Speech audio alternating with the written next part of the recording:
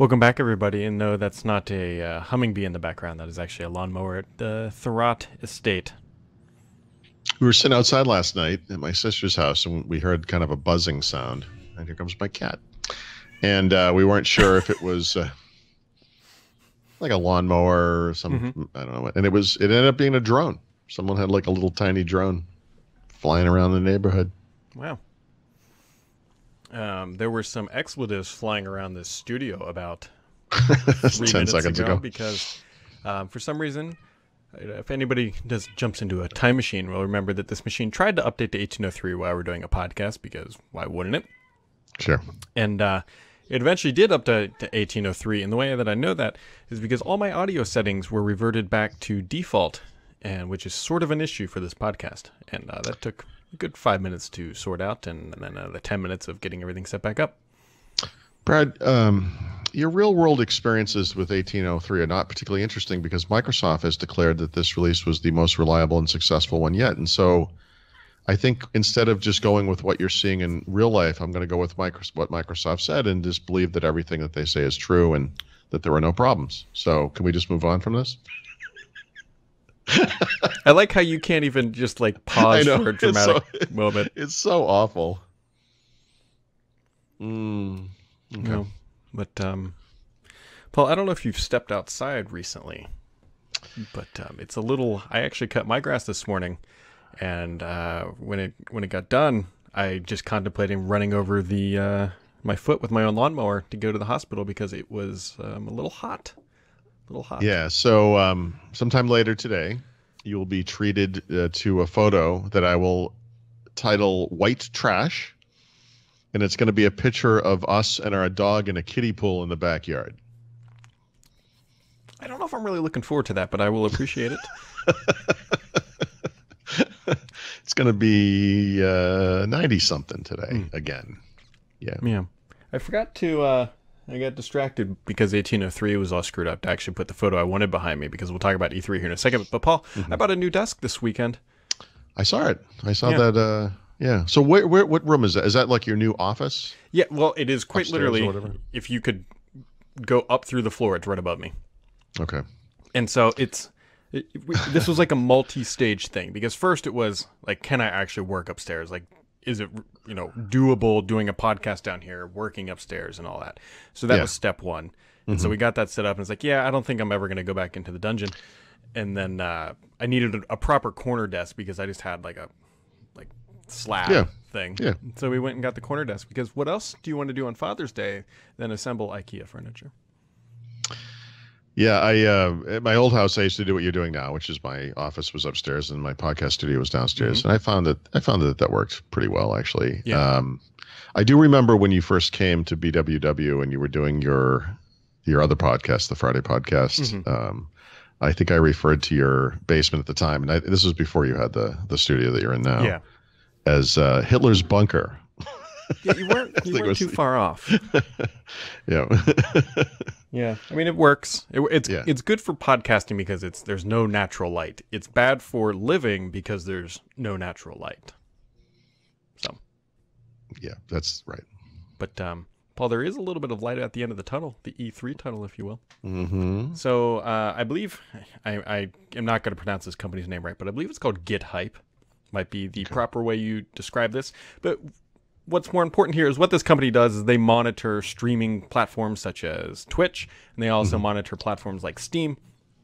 And they came out and said, hey, well, this is not perfect. Microsoft won E3. And they determined that by saying Microsoft had at its peak 1.7 million viewers of its Twitch stream of its E3 keynote, and walking down the order. So Microsoft had 1.7. Second place, somewhat surprising, Ubisoft, however you want to pronounce them, at 1.6 million. Sony came in at third, followed by Bethesda, followed by PC Gaming Show, then Nintendo, and then Electronic Arts.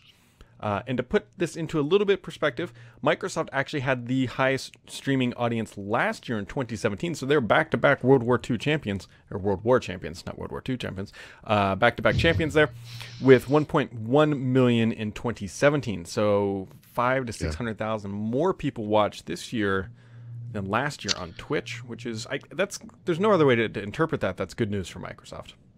Yeah. It's funny. I in my own mind, I guess, I also think that Microsoft won E3. I don't mean that from a viewer standpoint. This is another metric, but having watched most of those keynotes, I don't think I didn't watch the EA one, but there's no doubt in my mind that Microsoft's EA press conference was better than any of the others. But the Nintendo one was borderline. These people need mental help. The Sony one was fine. It was just surprisingly lackluster from all we have our sequels kind of perspective.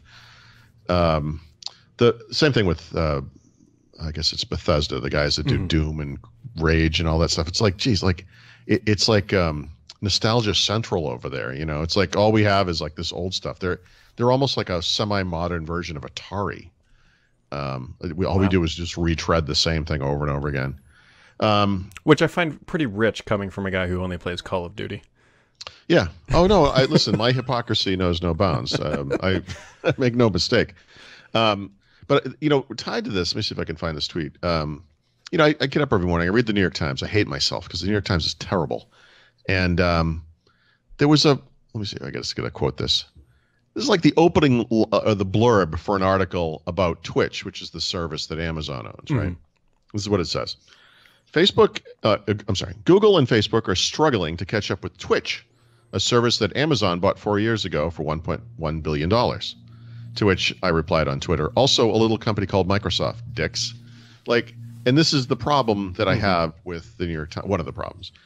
Microsoft never gets mentioned in anything. Right. All of their, Microsoft is in fact mentioned in the article. And off the top of my head, by a factor of less than 3-to-1 versus, say, Google or Twitter or Facebook, none of which have anything to do with gaming, not really. But that's the way they do things. And Microsoft is like this thing that barely gets mentioned all the time. And I have made it my life's work now just to call them out every time they do it because I'm just tired of it. Like it's unbelievable to me, given what you just said too, and on Twitch. Yeah, Microsoft won. That they don't get more credibility or more credit with the New York Times because those goons are reporting from Silicon Valley and they have that kind of Silicon Valley mindset. And I don't appreciate that kind of bubble world. Yeah, the interesting thing too is obviously Amazon owns Twitch, and for Microsoft, that's probably like a best case scenario because if Google would have bought it, that would have been really bad news. If Sony would have bought them, that would have been terrible news. If Facebook would have bought them, I think everybody would have thought that was bad news. Because obviously Amazon doesn't have a console, so they're kind of this Sweden, if you will, neutral ground in some respects. I have to wonder, though, if Phil Spencer would have taken over Xbox earlier, if he would have pushed to buy him. Yeah, things would have been, yes, there's no other way to say it. Yeah, definitely.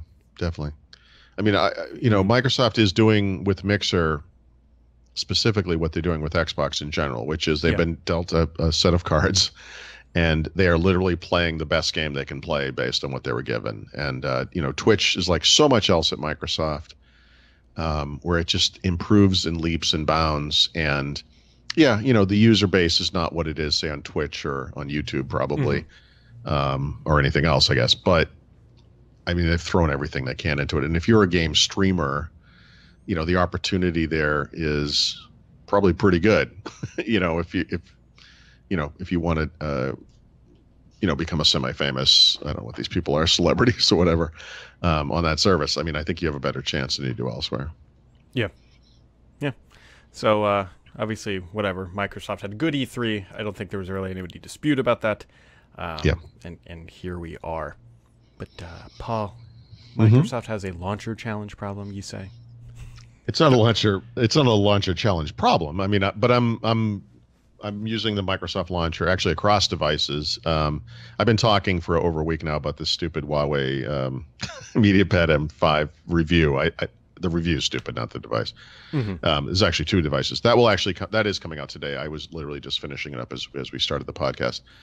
But in the course of reviewing this tablet, in particular the smaller one, which I prefer, there's an 8.4 inch and a 10.8 version, so they kind of line up with the iPads. One of the things I'm not a super fan of on that device is I think it's called the EMUI user interface that they put on top of Android. It's sort of like stock Android, but it's like stock Android was like 3 or 4 years ago. Like there's a big button in the middle of the bottom to hit app, for apps instead of swiping up from it. It kind of looks a little old fashioned. And so I started looking around at alternate launchers. And of course I came back to the Microsoft launcher, which is kind of a perennially of interest to Microsoft guys for obvious reasons. And then I thought to myself, I think I need to take a look at this again because it's just like Mixer or just like Xbox, it is improved in leaps and bounds over the past just few months even. I mean, it's kind of impressive. This thing's been around for about 3 years. I think it was just back at Build this year where they took Launcher out of the garage at Microsoft and made it a formal part of their whole cross-device integration strategy. And so it kind of takes on a renewed emphasis as well. And so I've decided to use it for my phone and see if I can make that transition because I really do like the stock Pixel launcher. So I'll be writing about that each day this week. Yep. And then Microsoft announced this morning that, and I'll be completely candid, I'd never heard of this before, but after doing a little bit of research, it looks like it was a pretty good buy. It's called Flipgrid. It is huge in the educational space for making video and sharing that kind of content. I think somebody described it as YouTube, but for education and video and that sort of environment. If you go do any little bit of research on Twitter, you'll see that teachers are loving this because Microsoft is making it free for everybody in the education space. And on the surface, it looks like a very good buy. I don't know how they're going to monetize it, maybe through Office 365 or something like that eventually. But yeah, this looks like it's definitely a targeted education, which we know Microsoft is trying to claw back into, especially here in the US. And there you go. Yeah, I bet they don't ever worry about directly monetizing this. I think what this is more about is just maintaining and enhancing their presence in education. And of course, by giving it away for free, that's what they want to hear in the education market. So this keeps Microsoft front and center. I think this is just part of the kind of the broader strategy to, like you said, claw their way back, in education. Yeah. Yep. So you got anything else for today, Paul? Well, like I said, I got that MediaPad review will be up very soon, finally. I don't know. I'm so out of it. It's I got all kinds of stuff. Like I said, I have this kind of tower, what do they call it? A Jenga tower of devices in front of me here. I want to try to pop out these reviews. I've been talking about that for a while too. So, I mean, I shouldn't make any promises, but I will be working on that stuff as well. How about you? Nothing. I got nothing. No, I wish that was true. Mehedi's back. Mehedi is back. He's already written, I think, 2 posts this morning. So hopefully he passed all of his finals. And yeah, when do we find out about that? Well, we're not his parents, so I don't really know. Well, it doesn't. I mean, aren't we though? So there's that. So, all right, folks, we're going to wrap it up here today. Quick show for a Monday, but have yourselves a wonderful, Monday, and we'll catch you right back here tomorrow.